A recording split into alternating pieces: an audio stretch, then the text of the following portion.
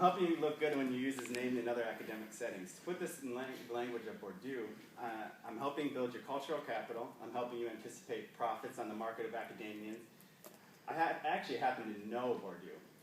I studied under him under my humble undergraduate years at the University of Chicago, and he cringed when people mispronounced his name. Now, what's your question? I just wanted to know when he's born, like what context he's in. Right, that's an important point. Did you look him up?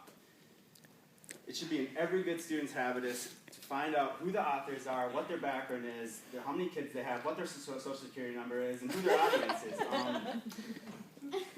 After 20 days, we feel comfortable addressing Specimen Ben by his first name and chatting with him, our professor.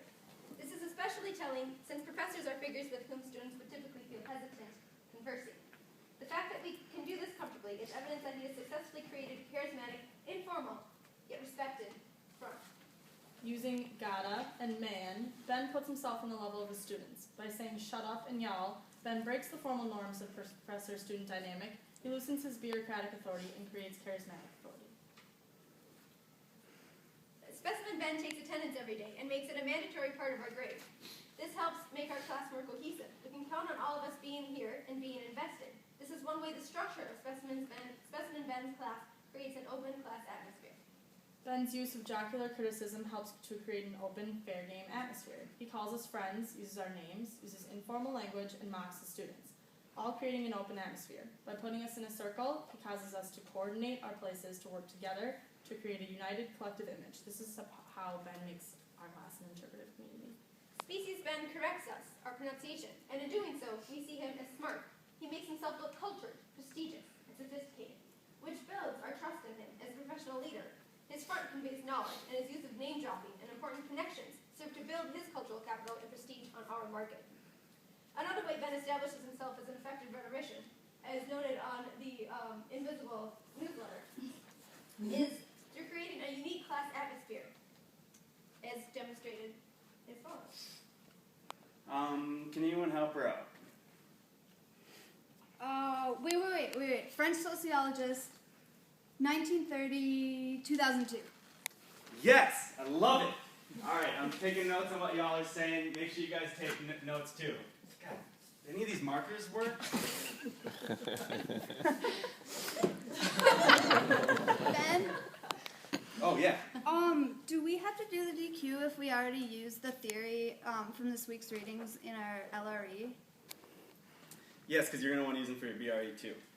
But don't we get to talk to you about that? You're going to know that we learned it anyway. My friend, everything for a purpose. Collaborating helps you invest in your studies rather than blindly accepting my bureaucratic authority as a professor. It's all part of my strategy. Ben asks others in the class to contribute and insists that we take notes on what our peers say more so than what he says. By doing this, he makes it so that we are all a fundamental part of our class and creates a place where we work and learn collaboratively. Also, Ben uses rhetorical terms in his everyday speech, so we see rhetoric and theory, understand them, and are able to incorporate them into our analysis. Ben's trademark use of right, giant swallow, and are parts of his speaking in front of people habits that we've observed. We posit that these Ben-isms are part of his creation of a sophisticated teacher, and that he uses more professional stalling or pausing techniques than the ordinary person. For example, Ben's use of as opposed to like gives him more cultural capital and contributes to his image and prestige. Further, these Ben-isms give students fodder to make fun of him. In Ben's class, mockery, a pedagogical tool, is mutual.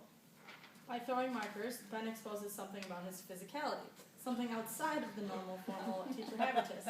He makes himself vulnerable in a way that makes for a relaxed class atmosphere instead of a straight-laced and rigid one. The fact that DQ is short for dumb quiz implies that we need not fret extensively about them.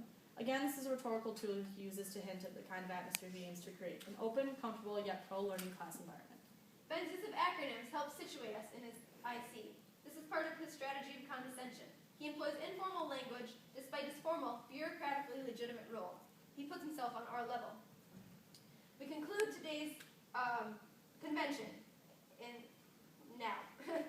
Thus, we see that Specimen Ben uses several rhetorical devices, such as the creation of a professional, respected, yet relaxed front, and the cultivation of a collaborative learning community, to construct his class in ways that makes for effective rhetoric. We hope that from this case study, you are enlightened and inspired in your teaching pursuits.